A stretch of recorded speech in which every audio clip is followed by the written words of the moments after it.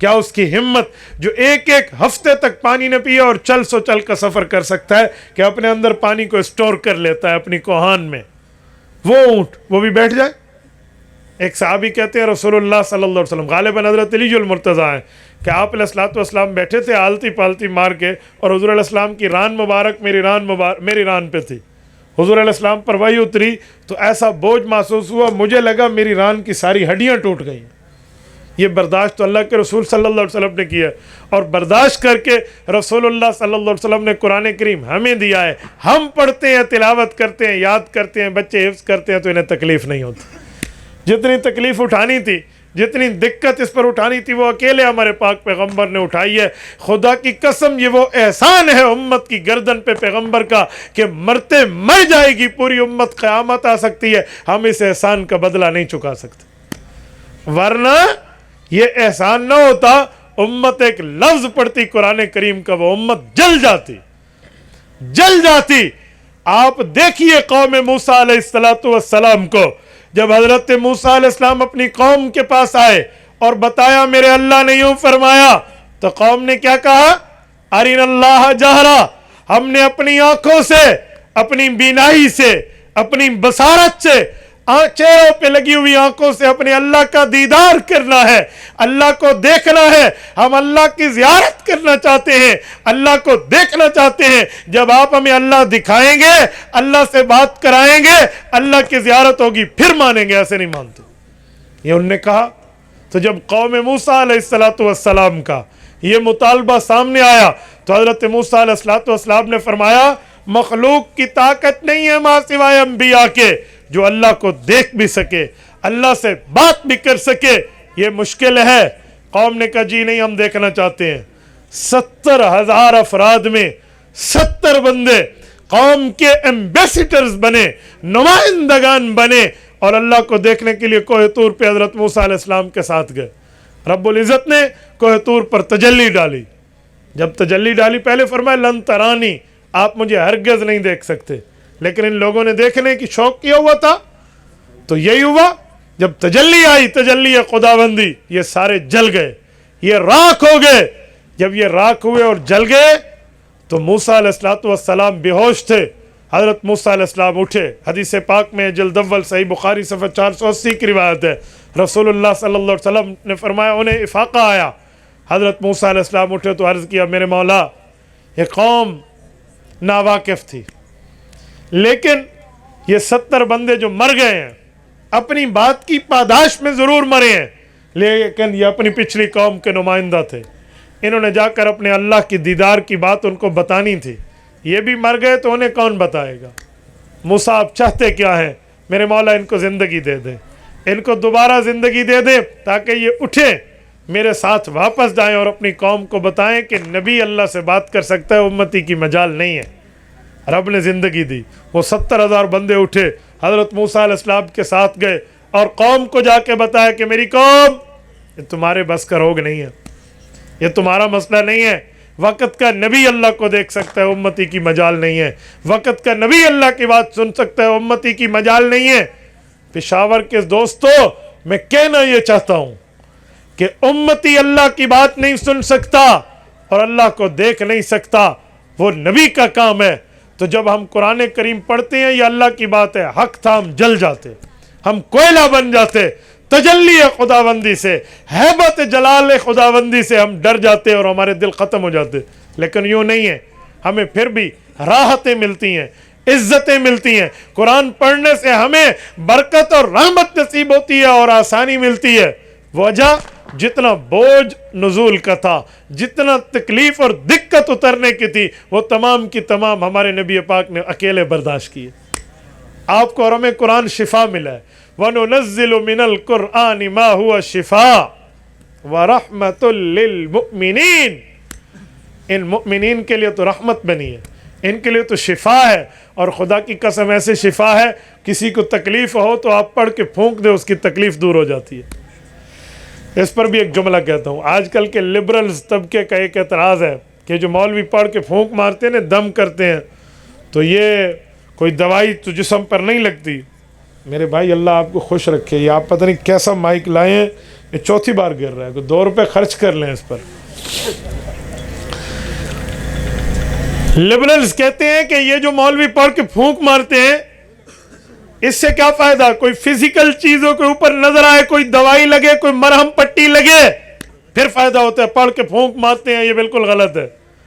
امام سعد الدین تفتازانی، اللہ اس کی قبر پہ کروڑوں اربوں رحمت نازل فرمائے، ان کا دور تھا بادشاہ وقت بیمار ہو گیا۔ توجہ رکھنا، لوگوں نے ڈاکٹر بلائے، حکماء بلائے، اطباء بلائے، سب نے دوائیاں کی، بادشاہ کا زخم ٹھیک نہ ہوا۔ آخر کسی نے کہا کہ سعد الدین تفتازانی بہت بڑا مولوی ہے، یہ حنفیوں کا عالم ہے، اسے بلاؤ، اس سے دم کرا لو۔ اس نے کہا اچھا، لوگ ٹھیک ہو جاتے کہ جی ٹھیک ہے، تو مرتا کیا نہ کرتا۔ بادشاہ نے شاہی سواری بھیجی، بڑی عزت احترام سے پروٹوکول سے امام تفتازانی رحمہ اللہ کو لایا گیا۔ جب امام تفتازانی رحمۃ اللہ علیہ پہنچے، انہوں نے دم کیا، اور دم کرنے کے بعد پھونک ماری۔ بادشاہ نے ان کو جو ہے نا کچھ ہدیہ دی اور بڑی عزت احترام سے جانے لگے یہ۔ تو اس وقت کے جو ڈاکٹرز ٹھہرے تھے ان میں امام ابو علی سینا رحمہ اللہ کا بھی نام آتا ہے، یہ فادر آف دا میڈیکل ہیں۔ انہوں نے کہا اس وقت کے امام سعد الدین تفتازانی سے کہ یہ کیا چکر ہے، ہم دوائیاں لگاتے ہیں تو پھر بھی صحت نہیں ملتی، آپ نے تو لگایا ہی کچھ نہیں ہے، پڑھ کے پھونک ماری اور یہ ٹھیک ہو جائے گا، یہ کیا مطلب ہے؟ تو امام سعد الدین تفتازانی نے اپنے طریقے سے سمجھایا کہ ڈاکٹر صاحب آپ اپنی بک بک کو بند فرمائیں۔ وہ تو یہ جملہ کہنا تھا تو ماحول گرم ہو گیا۔ اس نے کہا ڈاکٹر نے کہ جواب نہیں آتا تھا تو نہ دیتے مجھے، آپ نے میری انسلٹ کی ہے، میری بےزتی کی ہے، خواہ سے آپ نے میرے ساتھ جو ہے نا کیا کہتے ہیں برا سلوک کیا ہے، یہ کیا بات ہوئی؟ تو امام سعد الدین تفتازانی ہنس رہے تھے۔ یہ بات شور شرابہ اٹھا تو بادشاہ تک گیا، اور بادشاہ نے مجلس بلوائی، اور امام سعد الدین تفتازانی پر فرد جرم عائد کرنے کے لیے میڈیکل کے ڈاکٹرز نے کہا اس مولوی کو تمیز ہی نہیں آتی، اس نے تو ہمارے ساتھ بدتمیزی کی ہے، اس نے ہمیں یہ کہا ہے۔ تو مولوی صاحب سے پوچھا سچ آپ نے ایسے کیا؟ تو انہوں نے کہا جی ان سے پوچھ لیں، ان نے مجھ سے کہا کیا تھا اور میں نے کیا کہا، ذرا بتا دیں۔ انہوں نے کہا جی ہم نے تو بادشاہ سلامتی سے بڑی عزت احترام سے پوچھا ہے کہ ہم دوائیاں لگاتے ہیں، صحت نہیں ملتی، آپ ایک لفظ پڑھ کے پھونک گئے اور پیسے جیب میں رکھ کے اور اپنی فیس لے کر آپ جا رہے ہیں، یہ کیسے صحت ملے گا؟ ہم نے تو اس طرح پوچھا، اور یہ ہمیں کہتے ہیں اپنی بک بک بند کرو، بکواس بند کرو، شٹ یور ماؤتھ، زبان بند کرو، بولنا نہیں ہے۔ یہ کوئی بات ہے؟ اس طرح باتیں کرتے ہیں، یہ مولوی ہوتے ہیں، یہ عزت ہے؟ تو بادشاہ نے امام سعد الدین تفتازانی سے کہا کہ مولانا آپ نے غصہ کیوں کیا؟ اس میں غصے والی کیا بات تھی؟ آپ نے زیادتی کی ہے، آپ ان سے سوری کر لیں، ایسی بات نہیں ہے۔ تو امام سعد الدین فرمانے لگے میں نے کوئی زیادتی نہیں کی، میں نے تو ان کو جواب دیا ان کے سوال کا۔ انہوں نے کہا جواب دیا ہے؟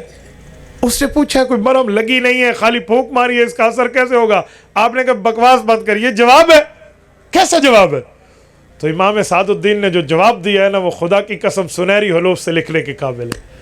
اور انہوں نے فرمایا بادشاہ سلامت، میں نے بھی تو اسے ایک لفظ بولا ہے، بکواس بند کر، کوئی تھپڑ تو نہیں مارا، کوئی ڈنڈا تو نہیں مارا، کوئی چیز ٹچ تو نہیں کی، میرے لفظوں میں اتنی طاقت ہے بغیر اس کو ہاتھ لگائے یہ لال پیلا ہو گیا ہے۔ اللہ کے الفاظ اور قرآن میں طاقت نہیں ہے، ہم پڑھ کے پھونکیں گے وہ شفا نہیں ملے گی۔ میرے الفاظ میں طاقت کی بات تو اتنی ہے، آنکھیں سرخ اور آپ کے پاس آ گئے، اس نے میری انسلٹ کر دی ہے، کیا رب العزت کے کلام میں ان کو طاقت پر شک ہے؟ تو یہ کلام اللہ شفا بنا ہے، یہ شفا ہے، اب جلتے نہیں ہم اس سے، اب آگ نہیں لگتی۔ وجہ جو تمام تکلیف آنی تھی وہ اکیلے رسول اللہ صلی اللہ علیہ وسلم برداشت کر لی۔ تبھی جو روایت شروع میں نے حضرت صدیق اکبر رضی اللہ عنہ کی پڑھی ہے، شیبتنی ہود و خواتیا، ابو بکر یہ قرآن کی صورتیں اتری ہیں، اس نے تمہارے نبی کو بوڑھا کر دیا۔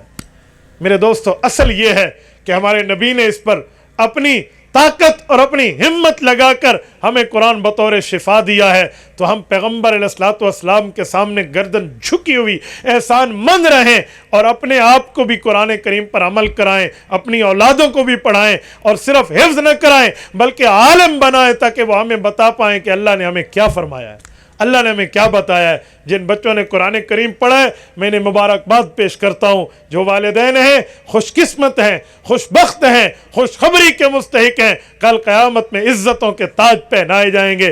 جن اساتذہ نے پڑھایا ہے اللہ ان کا پڑھانا قبول فرمائے، جن معاونین کی وجہ سے پڑھوایا گیا ہے اللہ ان کا پڑھوانا قبول فرمائے۔ اقول قولی ھذا واستغفر اللہ وآخر دعوانا ان الحمد للہ رب العالمین. إلهي واسع الكرم ورب البيت والحرم إليك أتيت منكسرا